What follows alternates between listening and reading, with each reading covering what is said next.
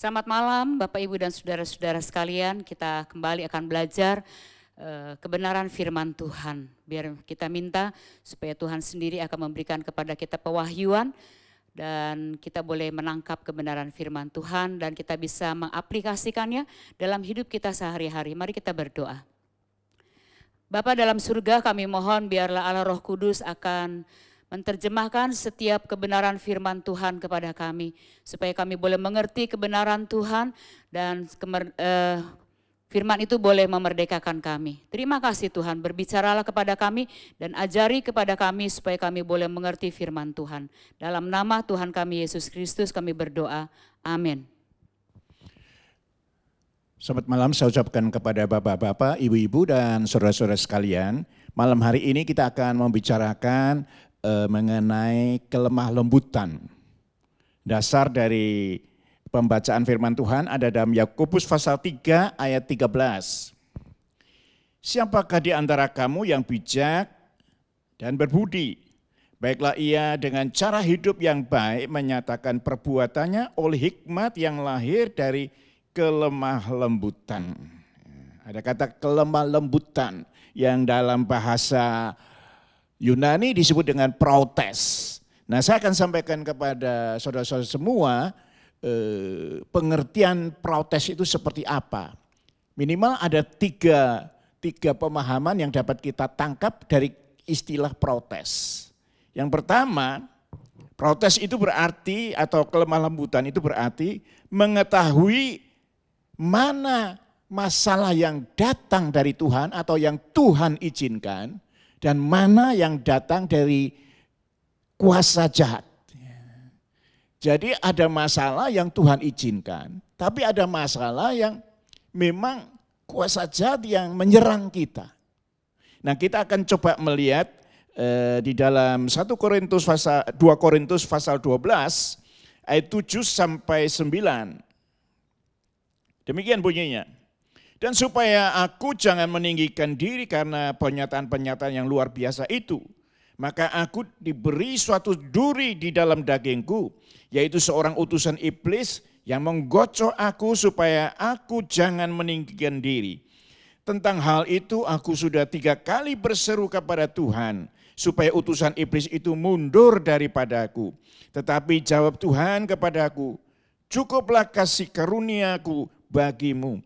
Sebab justru dalam kelemahanlah kuasaku menjadi sempurna. Sebab itu terlebih suka aku bermegah atas kelemahanku supaya kuasa Kristus turun menaungi aku. Nah, di dalam tulisannya kepada jemaat Korintus, Paulus menyatakan bahwa ada duri yang menggocok dia. Dan dikatakan itu utusan iblis. Jadi jelas ini berasal dari kuasa kegelapan. Mengenai apa itu duri dalam daging, itu ada banyak penafsiran. Dan salah satu penafsiran adalah mata yang sudah tidak lagi jelas melihat tulisan dan sebagainya. Dan itu sangat mengganggu dalam pelayanan dari Paulus. Sebab itu Paulus meminta kepada Tuhan, dikatakan 3 kali meminta kepada Tuhan supaya dia dibebaskan, disembuhkan dari sakit penyakit itu. Tetapi Tuhan berkata, biarlah penyakit itu ada dalam hidupmu, karena dalam kelemahan kuasaku menjadi nyata. Jadi dari kisah ini kita bisa menangkap, memang kuasa kegelapan yang menyerang menyebabkan penyakit itu datang atas Paulus. Tetapi itu atas seizin Tuhan. Paulus tidak akan sakit, tidak akan menderita kalau Tuhan tidak izinkan. Artinya kuasa kegelapan itu mesti bekerjanya seizin Tuhan. Jadi Paulus sendiri pada awalnya tidak tahu bahwa ini seizin Tuhan. Dari mana kita bisa tahu bahwa Paulus tidak tahu bahwa pada awalnya ini seizin Tuhan? Karena Alkitab berkata tadi di dalam ayat yang ke-8, 3 kali aku meminta kepada Tuhan supaya dibebaskan dari serangan kuasa kegelapan. Artinya apa? Memang yang menyerang kuasa kegelapan, tapi itu atas seizin Tuhan. Nah, pertanyaannya adalah kenapa Tuhan mengizinkan? Dari ayat-ayat yang kita baca, itu ada satu maksud yang Tuhan mau sampaikan, supaya engkau tidak menjadi tinggi hati. Jadi kalau saudara membaca di dalam 2 Korintus 12, itu saudara akan membaca mengenai Paulus yang di dalam roh dibawa pada langit yang ketiga. Lalu melihat perkara-perkara yang ada di sorga. Nah, supaya Paulus itu tidak sombong, tidak tinggi hati, Allah izinkan ketika kuasa kegelapan menyerang, Tuhan mengizinkan setan menyerang. Hingga kemudian dengan adanya sakit, dengan adanya kelemahan dalam fisik, Paulus tidak bisa berkata aku hebat. Walaupun aku bisa melihat hal-hal yang di sorga dalam roh, tetapi dalam tubuhku ada kelemahan-kelemahan. Aku manusia biasa seperti layaknya orang lain. Jadi jelas ya, yang Paulus ini yang bekerja kuasa kegelapan tapi seizin dari Tuhan. Nah, kita akan coba lihat hal yang berikutnya. Di dalam ayat 1, ayat 8 sampai 11. Saya bacakan untuk saudara. Lalu bertanyalah Tuhan kepada iblis, apakah engkau memperhatikan hambaku Ayub?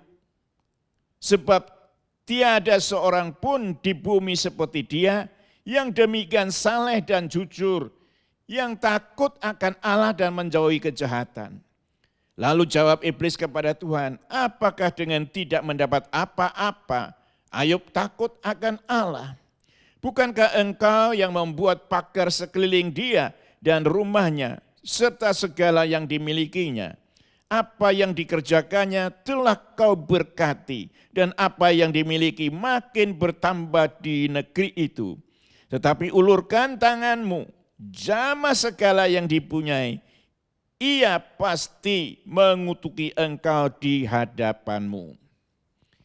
Nah, ini ada berita mengenai Ayub yang diserang oleh iblis ya. Yang pertama kekayaannya ludes. Dia menjadi dari orang kaya, dia menjadi orang yang tidak punya apa-apa. Semua aset, semua hartanya habis. Lalu hal yang kedua, diserang keluarganya. 10 anak mati dalam 1 hari. Lalu yang ketiga, dia mengalami sakit penyakit yang berbulan-bulan tidak bisa sembuh. Nah, 3 perkara, urusan keluarga, pekerjaan, dan kemudian kesehatan, itu menyerang Ayub. Nah, di sini kita melihat berita ini persis seperti yang dialami Paulus. Yang menyebabkan bangkrut, yang menyebabkan sakit, itu kuasa kegelapan. Tetapi Tuhan mengizinkan itu. Setan kan berkata, ya jelas sehat terus, lalu jaya terus. Karena ada pagar pengaman yang memagari Ayub hingga tidak ada yang bisa mengganggu. Coba pagar pengaman itu ditarik, dia akan mengutuki engkau.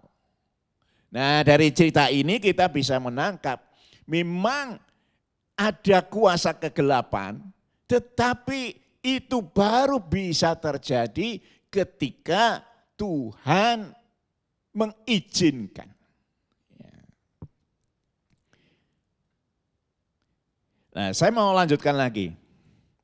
Pertanyaannya adalah kenapa Tuhan mengizinkan orang percaya, orang yang setia seperti Paulus, seperti Ayub itu mengalami musibah. Ada 2 alasan yang disampaikan oleh Alkitab mengenai kenapa orang percaya itu bisa mengalami musibah, mengalami malapetaka. Kita akan lihat bersama-sama di dalam 1 Petrus 1 ayat 7. Maksud semuanya itu ialah untuk membuktikan kemurnian imanmu yang jauh lebih tinggi nilainya daripada emas yang fana, yang diuji kemurniannya dengan api, sehingga kamu beroleh puji-pujian, kemuliaan, kehormatan pada hari Yesus Kristus menyatakan dirinya. Jadi salah satu sebab, alasan kenapa Tuhan izinkan itu kesulitan musibah itu memurnikan iman kita. Itu dikatakan di dalam ayat 7. Memurnikan imanmu. Jadi itu persis seperti masalah musibah malapetaka itu bagaikan api yang membakar emas hingga sepuan-sepuan itu rontok. Hingga kemudian emas itu menjadi bernilai karena apa? Karena semua sepuan itu sudah hilang. Nah demikian juga orang percaya. Tuhan punya niat lewat kesulitan ketika ada malapetaka. Itu orang percaya menjadi lebih murni imannya. Ya. Itu sebabnya Daud pernah berkata, selidiklah aku, lihatlah hatiku. Artinya apa? Proses-proses yang Tuhan izinkan datang dalam hidup Daud. Itu memurnikan Daud hingga Daud bisa katakan menantang Tuhan. Ayo periksa hatiku. Aku makin baik atau tidak. Itu sebabnya ketika ada masalah, salah satu yang kita perlu renungkan. Lewat masalah yang Tuhan izinkan. Apakah ada hal yang positif yang muncul dari hidup kita.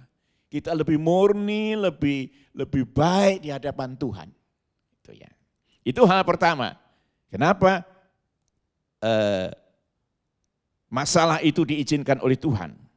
Yang kedua, itu kita bisa temukan di dalam Yakobus 1 ayat 2 sampai 3.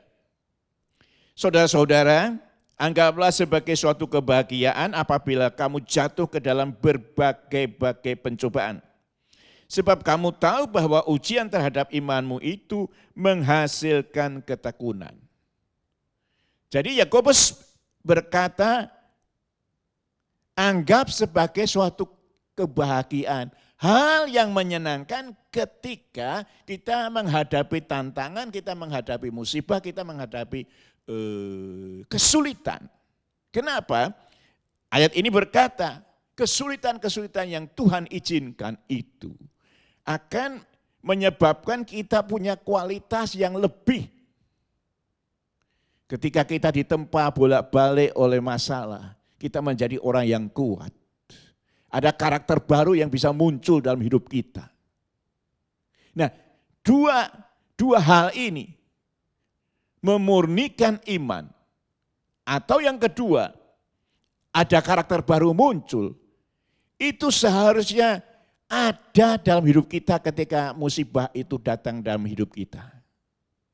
Kalau kita gagal, kalah, sayang sekali. Itu. Kita tidak dapat manfaat apa-apa dari musibah yang Tuhan izinkan. Jadi kalau sebuah musibah Tuhan izinkan, pasti ada tujuan Tuhan. Supaya kita menjadi lebih baik, iman kita lebih murni, karakter baru muncul dalam hidup kita. Jadi itu sebabnya Tuhan mengizinkan masalah datang dalam hidup kita. Nah tapi ada juga masalah yang karena kesalahan manusia. Bukan setan, bukan Tuhan, tapi kesalahan kita sendiri. Kita lihat dalam Kejadian pasal 16 ayat 2 dan ayat yang ketiga. Berkatalah Sarah kepada Abraham, engkau tahu Tuhan tidak memberi aku melahirkan anak, karena itu baiklah hampiri hambaku, mungkin oleh dialah aku mendapat memperoleh seorang anak. Abraham mendengarkan perkataan Sarah. Jadi Sarah istri Abraham mengambil Hagar hambanya orang Mesir itu. Yakni ketika Abraham telah 10 tahun tinggal di Kanaan. Lalu memberikan kepada Abraham suaminya untuk menjadi istrinya. Jadi ada kesalahan dari Sarah yaitu mendorong suaminya mengambil istri yang namanya Hagar.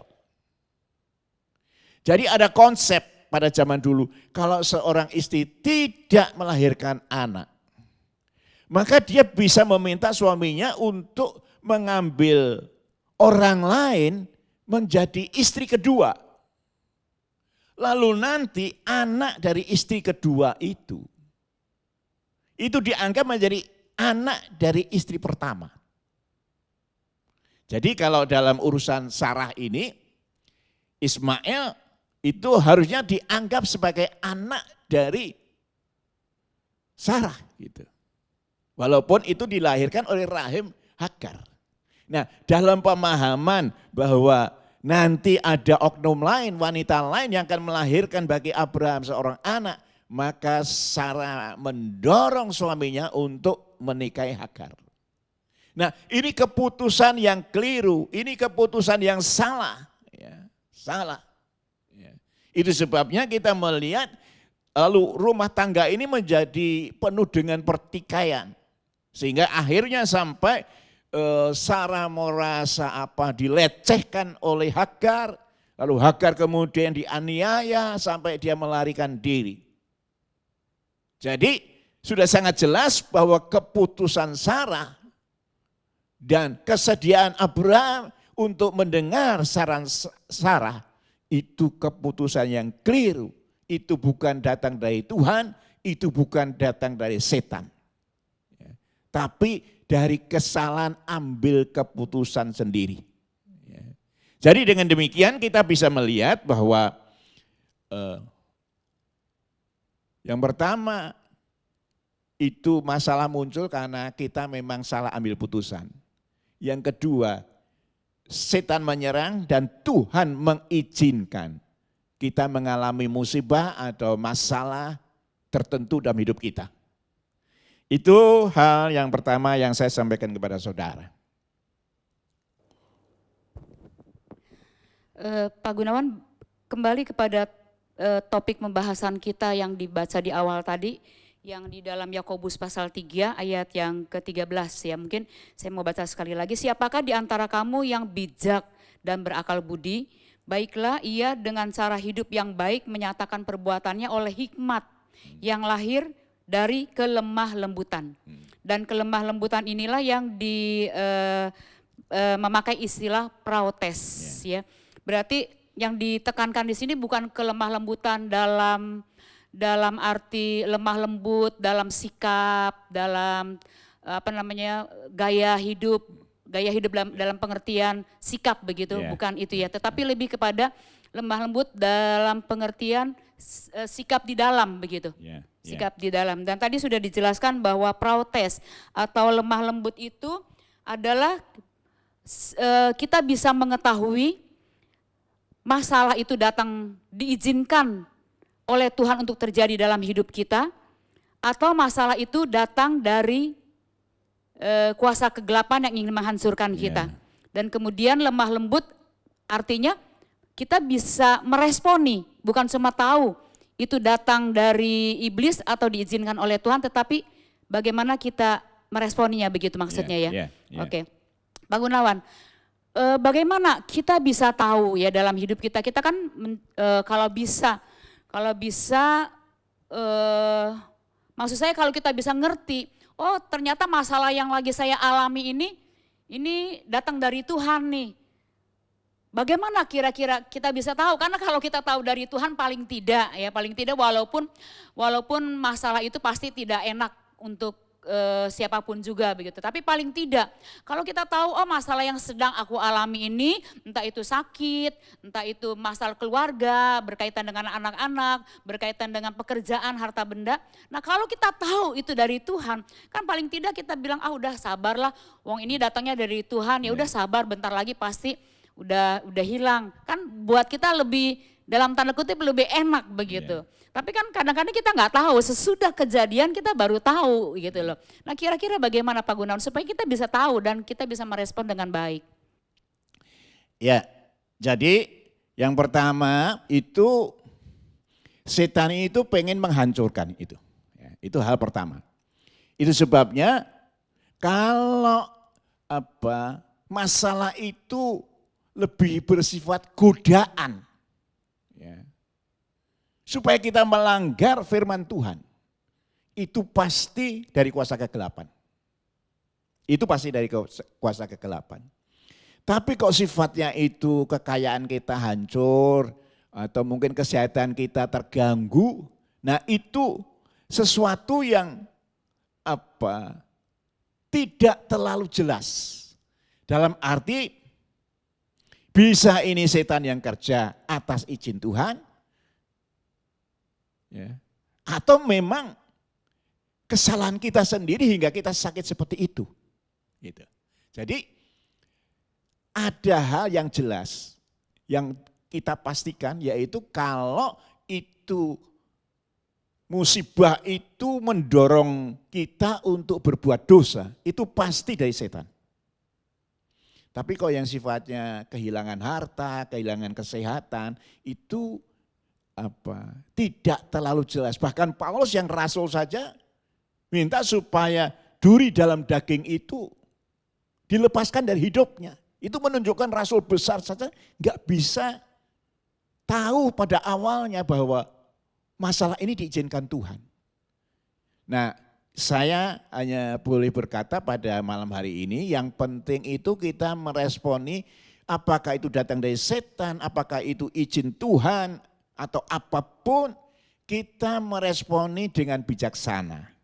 Ya, enggak ngomel, enggak mengeluh, enggak menyalahkan Tuhan. Itu. Jadi ada hal yang jelas, tapi ada hal yang tidak jelas gitu loh. Ada hal yang tidak jelas. Ini dari Tuhan atau diizinkan Tuhan kan gitu. Ya. Tapi ada yang pasti jelas kalau itu membawa manusia jatuh dalam dosa. Berarti nggak ada rumusannya A, B, C dan sebagainya ya. Tetapi secara garis besar kita harus memahami bahwa yang pertama kalau itu memang karena kesalahan kita sendiri, ya memang itu udah jelas karena kesalahan kita sendiri ya. Ada resiko yang harus kita tanggung ya, kita jalani. Tetapi berarti garis besarnya adalah Tuhan tidak pernah merencanakan sesuatu yang buruk dalam hidup kita. Ya, Yeremia 11. Tetapi rancangan Tuhan adalah rancangan masa depan yang penuh dengan pengharapan. Itu secara garis besar. Gitu. Oke. Jadi sebetulnya walaupun Tuhan izinkan masalah, tapi tujuan Tuhan dengan masalah itu kita dimurnikan imannya, kita punya karakter yang baru begitu. Jadi itu yang saya bisa sampaikan dalam hal yang pertama. Dan yang penting mungkin itu tidak membuat kita, mengarahkan kita untuk kemudian melakukan sesuatu yang berlawanan dengan firman Tuhan ya. Tidak melakukan dosa. Kalau arahnya ke sana berarti di belakangnya ada unsur kuasa kegelapan yang nunggangi begitu. Ya, itu 100%. Kalau mengarah pada dosa, itu pasti 100% kuasa kegelapan. Nah, sekarang kita masuk kepada hal yang kedua. Pengertian daripada protes atau lemah lembut itu bisa berespon positif di tengah situasi negatif. Nah, ini sesuatu yang tidak gampang ya. Salah satu masalah besar yang dialami oleh Israel di padang gurun, ya masalah ini. Mereka tidak bisa berespon positif ketika ada masalah. Kurang air, ngeluh. Kurang makanan, bosan dengan makanan, ngeluh, nyalakan Tuhan. Ayo kita balik lagi ke Mesir. Jadi memang tidak gampang. Nah, tapi tidak gampang itu bukan berarti tidak bisa. Nah, kita akan lihat di dalam Ayub pasal 1 ayat 20 dan 21. Bunyinya begini. Maka berdirilah Ayub lalu mengoyak jubahnya dan mencukur kepalanya. Kemudian sujudlah ia dan menyembah. Katanya, dengan telanjang aku keluar dari kandungan ibuku, dengan telanjang juga aku kembali ke dalamnya. Tuhan yang memberi, Tuhan yang mengambil. Terpujilah nama Tuhan. Ini statement yang luar biasa. Ketika mengucapkan kata-kata ini yang ada di dalam ayat 21, itu Ayub sudah kehilangan 10 anak dalam 1 hari. Lalu semua hartanya sudah ludes, bangkrut. Lalu dia sudah dalam keadaan sakit. Tiga masalah datang sekaligus. Tapi dia masih bisa berkata, terpujilah Tuhan. Artinya apa? Masih ada dari hati itu suara-suara untuk memuja, mengagungkan dan tidak menyalahkan Tuhan. Nah, ini yang dimaksud dengan berespon positif di tengah-tengah situasi negatif. Kita saja kena satu masalah, kita sudah bisa mengeluh. Sakit tidak kunjung sembuh. Atau mungkin keuangan kita jadi morat-marit karena ada pandemi. Kita ngeluh, gimana Tuhan? Atau kita mengalami masalah dalam kehidupan keluarga. Nah, satu masalah saja sudah bisa membuat kita mengeluh. Lalu kita merasa tidak nyaman ikut Tuhan. Tapi 3 perkara, kesehatan, keuangan, lalu keluarga, menimpa sekaligus Ayub. Tapi Ayub tetap bisa berkata, terpujilah Tuhan. Jadi sekali lagi, bersyukur atau tidak mengeluh untuk masalah-masalah yang tidak menyenangkan yang menimpa kita, itu tidak gampang, tetapi bisa. Bisa. Ini tadi mengenai ini ya, Ayub yang kehilangan harta, kehilangan keluarga, kehilangan kesehatan. Nah, saya akan coba memperlihatkan kepada saudara contoh lain mengenai Daud ya, mengalami sesuatu yang tidak menyenangkan, tetapi dia bisa berespon positif.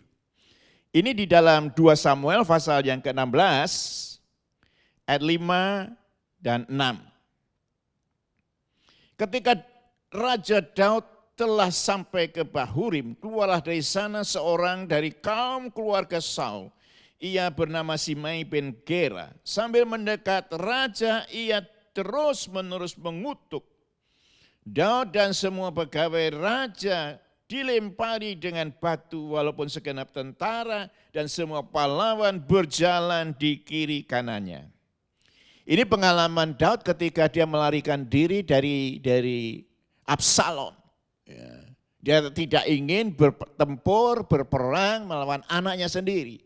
Karena itu dia tinggalkan ibu kota dan kemudian dia pergi dalam pelarian. Nah, dalam pelarian ini ada seorang yang bernama Simei bin Gera. Nah, Alkitab berkata ada 2 hal yang dikatakan. Terus menerus mengutuki. Jadi ini ada kata-kata caci maki yang berisi kutuk kepada Daud. Lalu kemudian dikatakan, lalu ada upaya untuk melempari batu secara terus menerus kepada Daud dan pasukannya. Jadi ada 2 perkara. Di tengah-tengah musibah yang sedang dialami oleh Daud, ada batu yang dilemparkan, ada kata-kata yang dilepaskan, kata-kata itu berisi kutuk. Engkau manusia celaka, sudah pantas kamu menderita seperti ini dan seterusnya. Jadi ada perlakuan yang tidak menyenangkan. Lalu di dalam 2 Samuel pasal 16 ayat yang ke-11 ada kata-kata begini. Pula kata Daud kepada Abisai dan kepada semua pegawainya, sedangkan anak kandungku ingin mencabut nyawaku, terlebih lagi sekarang orang Benyamin ini, biarlah dia dan biarlah ia mengutuk, sebab Tuhan telah berfirman kepadanya demikian. Jadi ada sikap yang luar biasa ya, legowo berhati lapang. Dimaki-maki, dikutukin, dilempari batu. Daud bisa melakukan pengampunan. Dan dia berkata kepada Abisai, salah satu pahlawannya, Gak usah dibunuh orang itu. Udah biar. Kalau aku memang pantas dimaki-maki, aku pantas karena dosa-dosaku di masa kemarin, lalu aku dilempari batu. Aku menerima itu. Gak usah dibalas. Walaupun pasukan Daud itu sangat hebat, ya. Apalagi cuma Simei bin Gera, ya. Dia bukan seorang pahlawan, ya. Cuma satu orang, itu sekali tebas pasti mati. Tetapi ada apa? Pengampunan. Jadi di sini kita melihat memang ada dalam Alkitab tokoh-tokoh yang menerima musibah, mengalami malapetaka, mengalami situasi yang tidak menyenangkan. Tetapi responnya itu positif. Ayub berkata, terpujilah Tuhan. Tuhan yang ngasih, Dia yang berhak mengambil. Nah, jadi di sini kita ngelihat bagi Ayub, anak itu titipan, harta itu titipan, sehat itu titipan. Lalu kalau yang memberi titipan itu mengambil, pantas. Terpujilah Tuhan. Jadi tidak ada kata yang negatif kepada Tuhan. Lalu Daud juga sama. Diperlakukan tidak menyenangkan, diperlakukan tidak baik. Tetapi dia masih bisa berkata, ampuni, enggak usah dibalas. Nah ini yang seharusnya menjadi way of life kita orang percaya, bagaimana kalau saudara diperlakukan tidak adil, kalau saudara merasa hak saudara itu tidak saudara dapat dan sebagainya, kita bisa berespon dengan positif. Itu pelajaran yang kedua. Oke, proutes atau lemah lembut yang kedua adalah berespon dengan benar, berespon positif terhadap situasi yang negatif yang kita alami. Ya. Dan kemudian yang kedua adalah bagaimana kita merespon dengan benar ketika ada perlakuan-perlakuan yang tidak menyenangkan yang dilakukan oleh orang lain terhadap kita. Ya. Jadi yang pertama adalah reaksi yang benar terhadap situasi yang kita alami. Misalnya sekarang ini lagi pandemi, kok jadi kerjaannya jadi terbengkalai atau agak kesulitan, keuangan juga mengalami kesulitan, usaha mungkin kemudian mengalami bangkrut dan sebagainya. Tetapi kita bisa merespon dengan baik, dengan benar situasi seperti ini. Ya. Dan kemudian yang kedua, orang memperlakukan tidak baik kepada kita, dan kita juga bisa merespon dengan baik seperti tadi Daud terhadap Simei, dia mampu untuk membalas ya, karena dia punya kemampuan untuk itu, tetapi dia tidak melakukan, bukan cuma dia tidak membalas, tetapi dia juga mengampuni Simei yang mengutuki dia. Ini saya pikir memang sulit ya.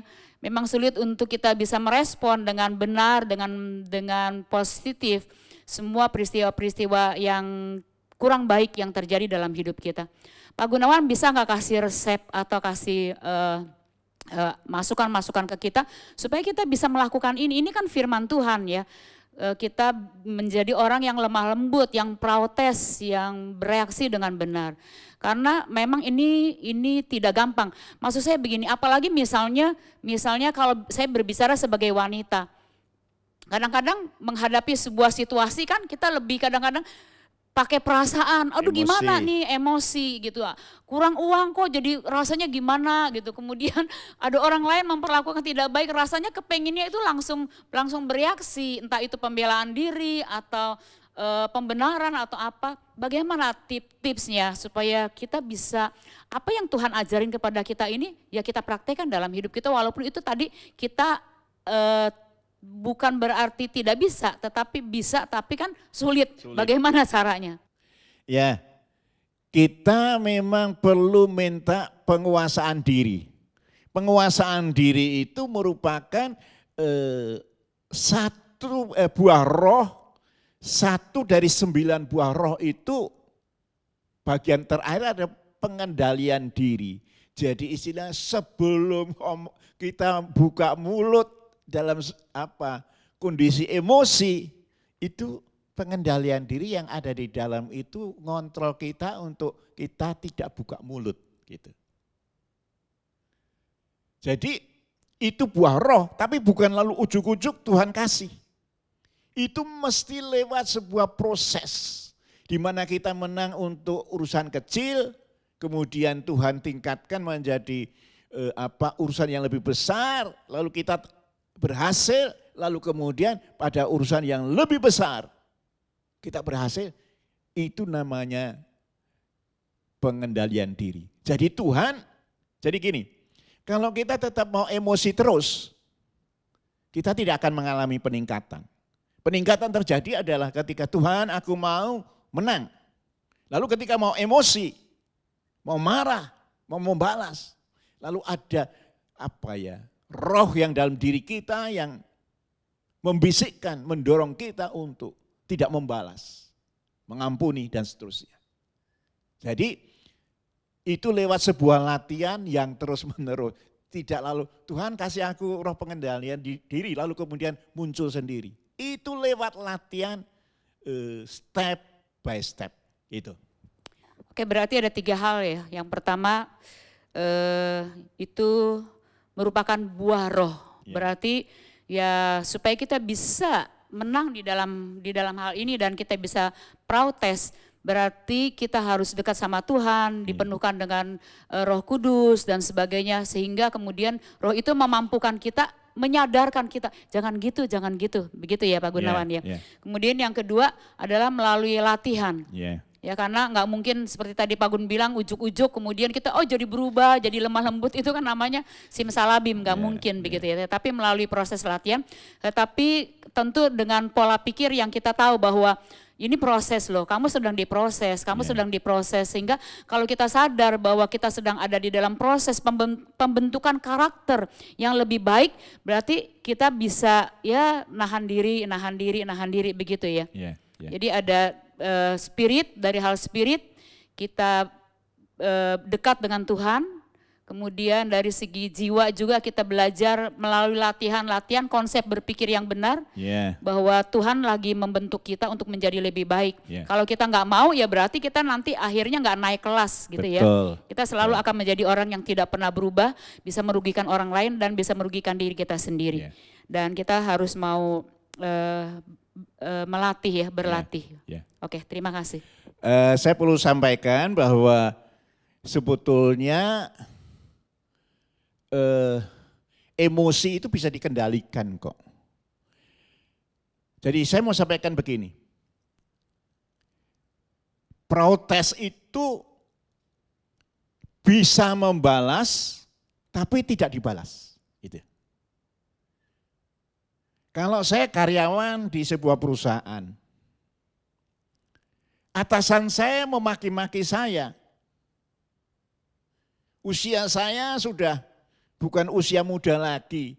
Kalau mungkin secara emosi saya pengen keluar dari perusahaan itu. Tapi saya punya tanggungan istri, anak dan sebagainya. Lalu kalau mau emosi saya bisa menahan. Karena kalau saya melawan, saya bisa dipecat. Nah, ketika kita posisinya ada di posisi yang lemah, yang tidak berdaya, lebih mudah kita emosi itu kita tahan. Tapi kalau kita itu punya punya derajat yang sama atau lebih tinggi, nahan itu enggak gampang. Nah, saya mau sampaikan kepada saudara bahwa posisi Daud ketika mengampuni itu posisi di atas. Punya banyak pasukan yang hebat, tapi tidak membalas. Ya, artinya kita kadang-kadang kalau atasan yang memarahi kita, memaki-maki kita kan ya daripada kita kehilangan kerjaan ya sudah dengerin aja gitu, walaupun hatinya jengkel. Tapi itu kan membuktikan bahwa kita bisa menahan diri itu kalau posisinya lemah. Nah itu membuktikan kalau ada kemauan pasti ada jalan untuk kita bisa tidak emosional. Itu. Berarti masalahnya bukan karena kita bisa atau tidak bisa melawan atau memberontak ya, tetapi kita punya kuasa, kita punya kemampuan untuk melawan orang yang yang tidak baik begitu, tapi kita tetap protes, lemah lembut, tidak memakai kekuasaan Ya. dan tidak memakai kemampuan kita untuk melawan orang lain dan menahan diri. Ya. Saya nggak bicara politik Pak Gun, mungkin kalau kayak Bapak Presiden kita juga mungkin kayak begitu ya, itu termasuk lemah lembut protes begitu? Iya. Ya. Dimaki-maki, gambarnya yang apa ya? Mukanya diorat-orat. Mukanya gimana, lalu diomong ini itu, tapi dia tidak marah dan tidak melapor ke Bareskrim. Udahlah, saya sudah kenyang dari dulu. Wah itu yang namanya protes. Kita orang percaya perlu belajar dari Pak Jokowi itu. Artinya dia punya kekuasaan, kalau dia ngomong pasti orang itu masuk penjara. Tapi dia tidak melakukan itu. Padahal itu ada dalam genggamannya. Nah itu yang namanya protes. Kalau orangnya posisinya orang kecil yang enggak bisa apa-apa, ngalah biasa. Biasa, gampang itu. Tapi kalau punya kuasa tapi mau mengalah, waduh. Ya Pak Jokowi itu contoh yang paling konkret ya, bagaimana ada protes pada, nah berarti sebetulnya pada Pak Jokowi ada buah roh loh, yang namanya penguasaan diri itu. Ya itu hal yang kedua. Nah hal yang ketiga, apa arti protes atau lemah lembut? Orang yang rendah hati. Ini orang yang posisinya dibawa tinggi kepada Tuhan, kepada sebuah status yang tinggi, tapi dia enggak sombong. Kecenderungan orang sukses adalah sombong. Oh, gereja ini kalau enggak ada saya, apa bisa seperti ini? Kalau saya tidak kasih dana sebesar ini, apa gereja ini bisa terbangun? Kalau saya tidak nolong orang-orang ini, apa mereka bisa kuliah sampai S1? Nah, ini apa? Kesombongan karena sukses. Nah, dibalik kalau sudah sukses tidak sombong. Nah, itu yang namanya protes. Nah, kita akan lihat dalam diri Paulus.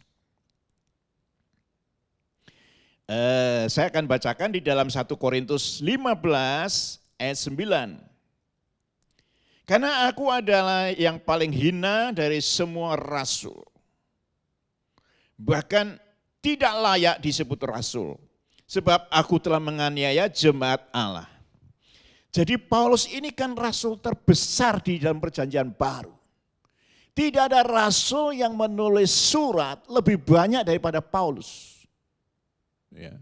Itu mulai dari surat Roma, Korintus 1, Korintus 2, Galatia, Efesus, Filipi, Timotius, Tesalonika, itu semua tulisan Paulus. Tidak ada yang lebih banyak tulisannya di Alkitab kecuali Paulus. Yang kedua, dia di dalam roh itu bisa sampai ke surga. Itu di dalam 2 Korintus pasal 12. Walaupun murid yang disayangi Yesus itu Yohanes, itu juga menulis surat, tapi suratnya dia kan cuma Injil Yohanes, lalu surat Yohanes 1, 2, 3. Jadi lalu dengan kitab Wahyu, cuma 5. Ya. Lalu kitab Wahyu yang mengenai masa depan, akhir zaman seperti apa, tapi kan tidak pernah Yohanes itu dibawa secara roh ke surga. Dia tetap di Patmos ketika menulis kitab Wahyu. Nah, lalu walaupun paling hebat di antara para rasul, di dalam 1 Korintus 15 ayat 9, Paulus berkata, aku paling hina dari semua rasul. Karena ada rasul yang tidak nulis kitab apa-apa. Nathanael, lalu Thomas, dan yang lain-lain. Tapi dia berkata, di antara semua rasul, bahkan yang paling kecil rasul, aku lebih hina. Hanya orang yang punya protes bisa seperti ini. Paling hebat. Tapi dia berkata, aku paling hina. Di antara para rasul. Saya teruskan lagi ya. Efesus 3 ayat 8. Kepadaku yang paling hina di antara segala orang kudus, telah dianugerahkan kasih karunia untuk memberitakan orang-orang bukan Yahudi kekayaan Kristus yang tidak terduga. Nah, Paulus di dalam Efesus 3 ayat 8 berkata, paling hina di antara orang kudus. Orang kudus itu sama dengan orang percaya. Nah, saudara perhatikan. Di dalam 1 Korintus dia berkata, aku paling kecil di antara rasul. Tapi ketika dia berbicara kepada jemaat Efesus, dia berkata, di antara orang percaya, di antara jemaat di Efesus, aku paling hina. Wah, itu luar biasa loh. Jadi yang pertama dia ngomongnya di antara rasul, aku paling kecil. Tapi ngomong yang kedua, aku paling kecil di antara jemaat yang ada di Efesus. Sudah bukan lagi paling kecil di antara rasul, tapi di antara jemaat. Pada jemaat Efesus penuh juga dengan kekurangan ya. Alkitab berkata di sana kurang kasih, di sana ada pencuri, di sana ada orang yang marah tapi sampai disimpan sampai matahari terbenam dan seterusnya. Tapi di antara orang yang jelek, Paulus berkata, aku paling jelek. Nah, saya mau sampaikan kepada saudara, yang 1 Korintus pasal 15 itu ditulis tahun 59. Tahun 59. Lalu yang Efesus yang mengenai aku paling hina di antara jemaat itu 63. Tahun 63. Jadi 4 tahun kemudian. Jadi yang pertama tahun 59 dia berkata aku paling kecil di antara rasul-rasul. Lalu 4 tahun kemudian dia berkata aku paling kecil di antara jemaat Tuhan. Itu kan kalimatnya begini. Yang paling hina di antara segala orang kudus. Orang kudus itu sama dengan orang percaya. Jadi hebat tapi tidak sombong. Tidak gampang. Lalu satu lagi. 1 Timotius 1 ayat 16. Tetapi justru karena itu aku dikasihani agar dalam diriku sebagai orang yang paling berdosa. Yesus Kristus menunjukkan seluruh kesabarannya, dengan demikian aku menjadi contoh bagi mereka kemudian percaya kepadanya dan mendapat hidup yang kekal. Nah, pada bagian ketiga ini Paulus berkata, aku orang yang paling berdosa. Ini ditulis tahun 64. Jadi tahun 59 berkata, aku paling hina di antara rasul. Lalu tahun 60, 4 tahun kemudian, aku paling hina di antara jemaat. Lalu 1 tahun kemudian, tahun 64 dia berkata, aku orang yang paling berdosa. Jadi ada pengakuan-pengakuan yang menunjukkan dia rendah hati. Gitu. Penyakit orang sukses kan susah untuk berbuat seperti ini. Itu yang kalau di Alkitab itu sama dengan Yohanes Pembaptis. Ketika murid Yesus makin banyak, biar dia bertambah-tambah, aku berkurang-kurang. Jadi hal pertama adalah hebat tapi tetap rendah hati. Nah, satu hal lagi saya mau sampaikan kepada saudara, pengertian dari rendah hati itu apa? Posisinya itu sudah tinggi, tapi mau mengerjakan perkara-perkara yang sepele. Nah, saya ambil contoh mengenai Daud. Di dalam 2 Samuel pasal 17 ayat yang pertama. Tetapi Daud selalu pulang daripada Saul untuk menggembalakan domba ayahnya di Bethlehem. Nah, saya mau sampaikan kepada saudara bahwa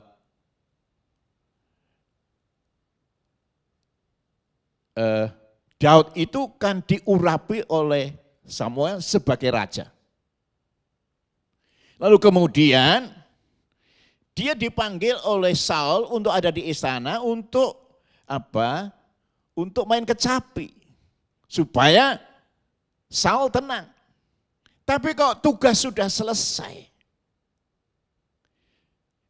Daud itu pulang untuk menggembalakan domba yang Alkitab berkata cuma 2 atau 3 ekor. Dia sudah dipastikan menjadi raja di masa depan. Pengurapan lewat Samuel sudah terjadi. Nah, orang seperti ini kan bisa merasa, loh aku kok harus menggembalakan lagi. Oh, itu tidak ada dalam pikiran dari Daud. Walaupun aku calon raja, kalau ini memang tanggung jawabku, itu cuma perkara sepele, aku mau mengerjakan. Nah, kerendahan hati semacam ini biar ada pada kita sebagai orang percaya.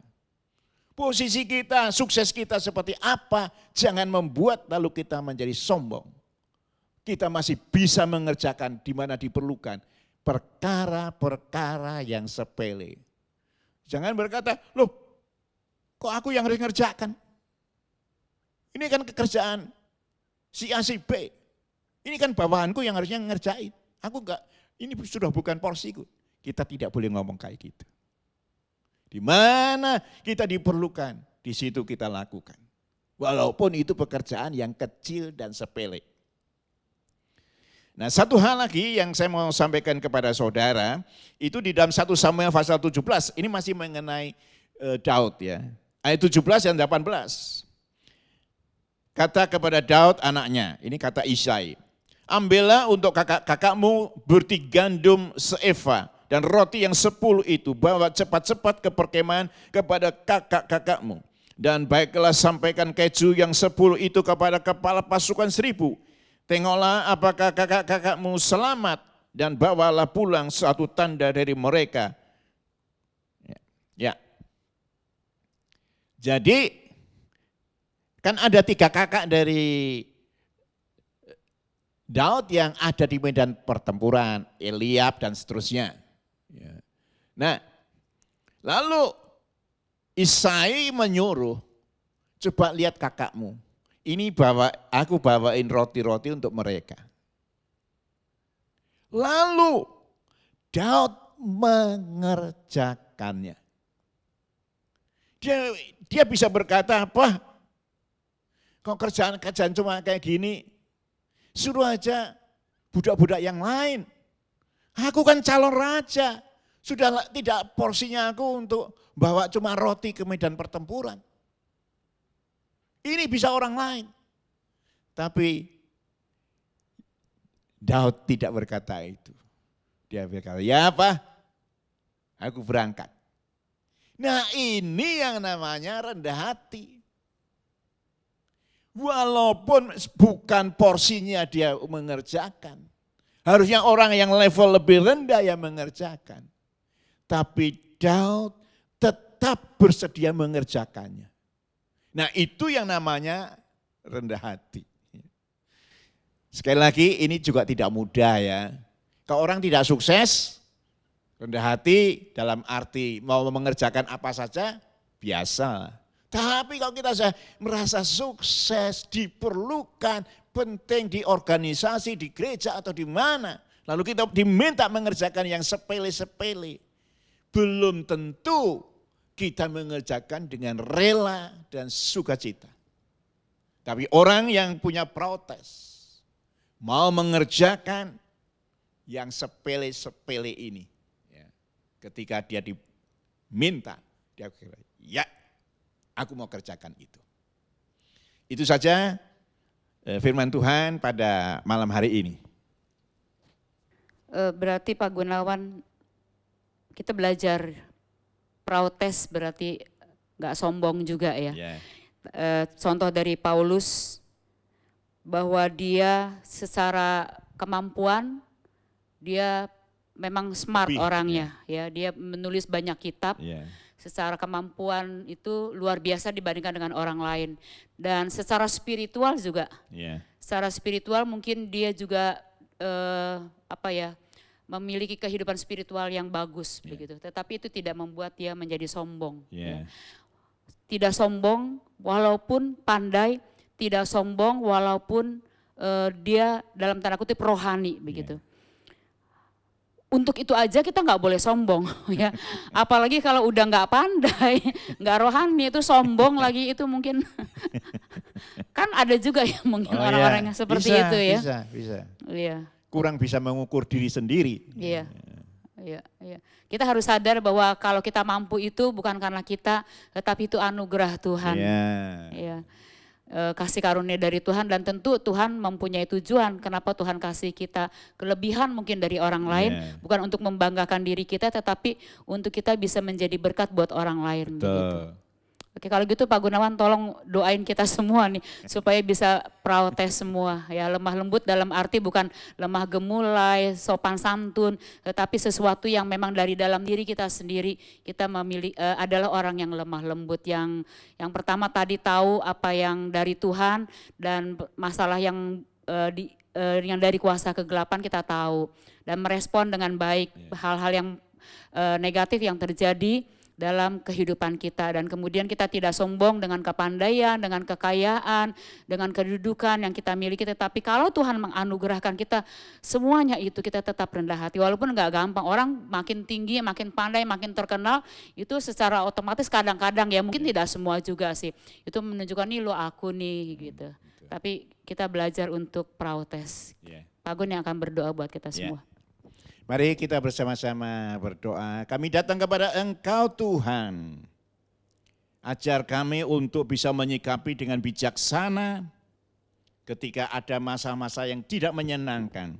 Dalam kesehatan kita, dalam keuangan kita, dalam segala masalah hidup kita. Ada hal yang kita tidak suka itu terjadi. Tapi ajar kami berespon secara positif. Tidak menyalahkan Tuhan, tidak mengeluh. Tapi kita belajar untuk berkata, terpujilah Engkau Tuhan. Ajar kami ketika Tuhan membawa kami kepada level yang lebih tinggi. Hingga kami menjadi orang-orang yang diperlukan banyak orang. Dihargai oleh banyak orang. Ditinggikan posisi kami. Ajar kami tetap punya hati yang rendah hati seperti Paulus. Kita tidak menyombongkan, kami tidak menyombongkan diri. Tapi kami rendah hati, tetap menghargai orang lain. Dan tidak menyatakan diri kami lebih hebat, lebih jempol, lebih hebat dari orang lain. Biarlah pelajaran pada malam hari ini merema kepada kami sekalian. Apa yang kami dengar itu biar menjadi acuan untuk hidup kami menjadi lebih berkenan kepada Engkau. Terima kasih Tuhan. Dalam nama Tuhan kami Yesus Kristus kami sudah berdoa. Amin. Selamat malam, Tuhan memberkati.